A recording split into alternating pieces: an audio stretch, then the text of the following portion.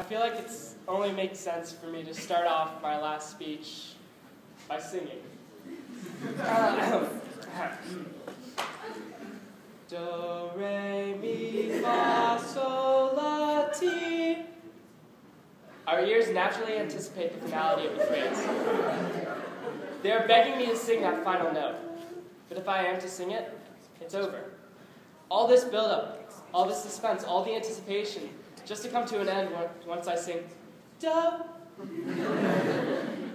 Anticipation manifests itself in a peculiar fashion. We find ourselves anticipating the greatest moments in our lives, like graduating high school, or meeting the boy or girl of our dreams. We also anticipate the worst things in our life, like moving out or growing up too fast. However positive or negative, anticipation alerts us when things are about to change and reach a tipping point. And I'm beginning to find that oftentimes, the anticipation of change is much worse than the actual change itself. Maybe we'll all remember that summer leading up to your first day of middle school. Now in Oakwood, there are 2 elementary schools that feed into the same junior high. So you know about 50% of the kids that you'll be going to school with. But nevertheless, you're nervous, you know? 7 different classes, new responsibilities. Oh, and everyone knows that dating means more than awkwardly staring at each other on the playground. Junior high was legit business. And we all freak out. It's part of growing up. But when you come home from that first week of school, you say, it's not that bad. And it's not that bad because all of a sudden, you have new things to anticipate. Dances, schoolwork, cute boys, cute girls. But I can tell you right now that looking back, that first year of middle school was nothing compared to the hellish fantasy that I made up in my head. Now, you may be thinking, no, most of you are probably thinking, why in the world is Mark telling us about his adolescent issues? It's because it taught me a few things. 1, never let my hair grow out again. 2, everyone has an awkward stage, but not everyone grows out of it. And 3, and most importantly, the anticipation lets us know when something is about to change. In KIO, I'm starting to get antsy. You see, KIO is achieving incredible things right now. In membership, if every chapter recruits 4 members in the next few months, we'll break 400. If every chapter recruits 8, we'll break 450. We are on the brink of greatness. In programming, chapters are having more engaging, more meaningful programs. Chapters are sharing ideas and programming together. We are on the brink of greatness. In Stand Up and Speak Up, chapters are rallying around causes like never before. And KIO has never stood stronger with Israel than we have in the past few months. We are on the brink of greatness. In communication and fundraising, the KIO BBYO Facebook page has new posts every day. Chapters are finding new and creative ways of fundraising. We are on the brink of greatness. And lastly, in leadership, I remember when I was chapter Godol. There were chapter boards where Godol was the only strong leader, if there was one. Now we have chapters where you don't even have to be on board to be a leader. But it's not just the quantity of the leaders that has increased, it's the quality. But yet, we are still on the brink of greatness. We aren't great yet. We still have chapters who struggle to get members to meetings and programs. We have programs that don't utilize the folds. We have leaders who misplace their priorities. Mishpocha Ezieh. Chapters go through phases.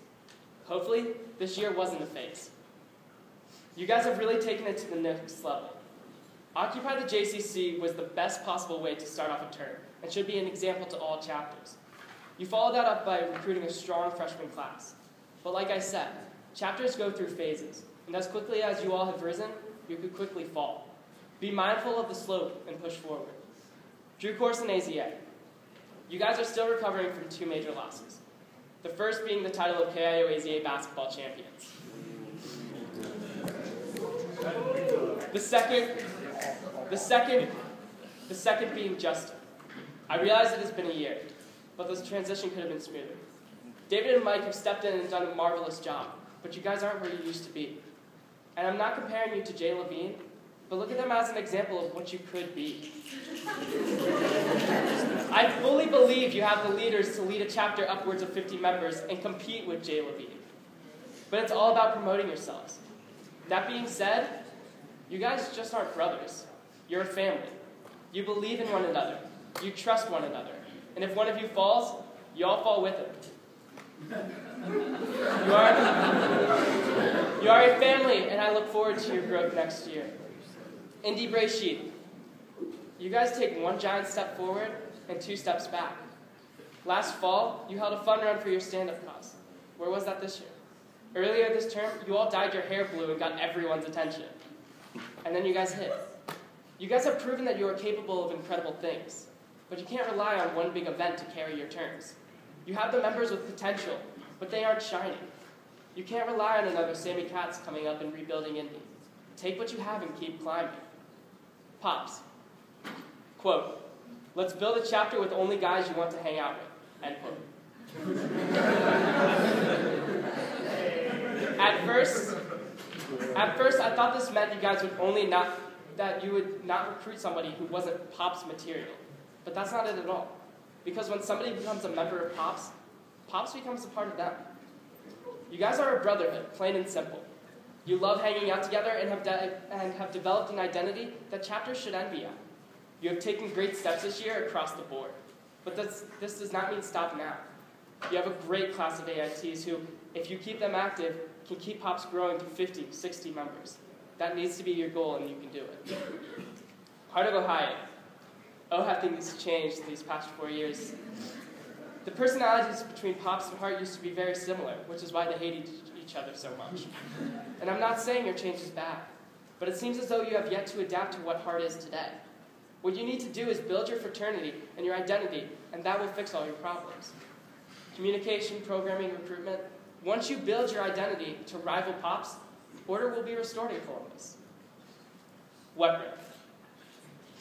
Here comes the tough love. Where have we gone? The Weapon I know had 15 members at everything. The Weapon I know had meetings scheduled at 7, but that really meant meet at beat-ups at 6. The Weapon I know made me the Olive I am today. And we are about to lose a strong senior class, and I'm scared for our future. We have Dayton to recruit from, and we don't do enough. And when we do recruit, our retention falters. We need to treat every potential member as a brother we have known our entire lives. This next term has to be big, but Weapon could be gone by this time next year. KIO. It's okay to be on the brink. If we are at our peak, the only way to go is down. KIO will never be a perfect region, and that's what sets us apart. We are a region made up of Olives and B'nai B'rith girls who always seek to better their region, better their chapters, and better themselves. We are a region who doesn't ignore our problems. We strive to fix them. We don't settle for anything less than our very best, and once we achieve our goals, we make new ones. We cannot be satisfied with where we are or where we have been. We need to get everything we have so that when it comes time to leave KIO, you're content with not with where we are or where we have been, but where we are going. And this is where the anticipation comes in. Grant, Cody, Michael, Jackie, Maya, Sophie, Kaylee, Alana, and I only have a few more months of membership, not to mention about 24 more hours on regional board. BBYO has consumed our lives over the past 4 years, and all of a sudden, we aren't leading a region. We aren't in the middle of Havdalah circles. We aren't the faces of KIO. And this time next year, we won't be at chapter meetings, chapter programs, and we will be surrounded by a whole new class of freshmen, Olives, and BBGs who have no clue who we are or what we have done. We are on the brink of greatness right now. I can feel everything about my BBYO experience about to change. But more than that, I feel KIO is about to change. There's an incredible amount of potential in this room. But after this weekend, the 10 of us sitting before you have no say in where we will be 365 days from now. That's on you. You will be the one leading the region. You will be the ones in the middle of Havdalah circles, and you will be the face of KIO. You will be the ones making sure chapter meetings and programs are better than ever, and that the new freshman class is bigger and more passionate than ever before. We are on the brink of greatness. But being on the brink means 2 things. 1, we are always nearing perfection. And 2, being so close to the top means there is a potential for us to fall. And as strong as KIO is, we are vulnerable to failure. Failure in programming, not making it engaging, fun, or creative could foster a disinterest in AZA and BBG. Failure in membership, the inability to recruit, retain, and educate over consecutive terms could prove fatal. Failure in leadership, we lose our identity. So, This is my State of the Region address. I have addressed the region. I have addressed the chapters. It only makes sense to address the individual olives in this room. I spoke about this in my mid-states, that I feel as though we have entered a new generation of olives in KIO. We no longer have the Benjis and the Elliots. We don't have the Sammys or the Jasons. And in 6 months, we won't have the Grants, the Codys, or the Michaels. We won't have the inside jokes or the same cabin chats. But there is no doubt in my mind that the group of olives that sit before me are capable of great things. An olive in this room took their chapter from literally nothing to greatness. An olive in this room explored multi-city programming in ways that no one had thought of in years. An olive in this room brought me to tears this year at Aitman by reminding me so much of the olive who raised me, Benji Friedman. More than anything, I'm inspired by your character. Are you impossible to keep quiet? Yes. Do you have faults? Yes. But you are resilient. You face adversity with a sword in one hand and a hug in the other.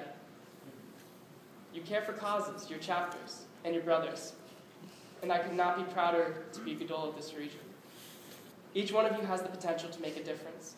For your chapter, for your community, for your family, for your friends, and for your region. I can feel the anticipation. We have the ability. We have the leaders. We have the motivation.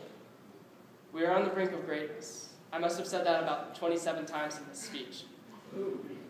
It's your responsibility to keep climbing. But remember, if you fall, you will always have a brother to help you back up. Fraternally submitted with undying love for Jason DeBro, Sammy Katz, Erica Abrams, Benji Friedman, Jeremy Sherman, Adam Horowitz, Justin Sadel, the best co I could ever ask for, and Jackie Pedlowski. CLTC 5 2010, Collage 2011, ILSI 2012, Aitman 2009, Spirit Convention 2011, Regionals 2010, 11, and 12, the 57th Gangsters and the 58th Baby Gap Trojans. My heart and my home of Weber Kadima, the greatest damn region of Kentucky, Indiana, Ohio, number 27, and the order that made me not only the olive, but the man I am today. For the last time, as your regional olive Godol, I forever remain Olive Mark Joseph Kravitz.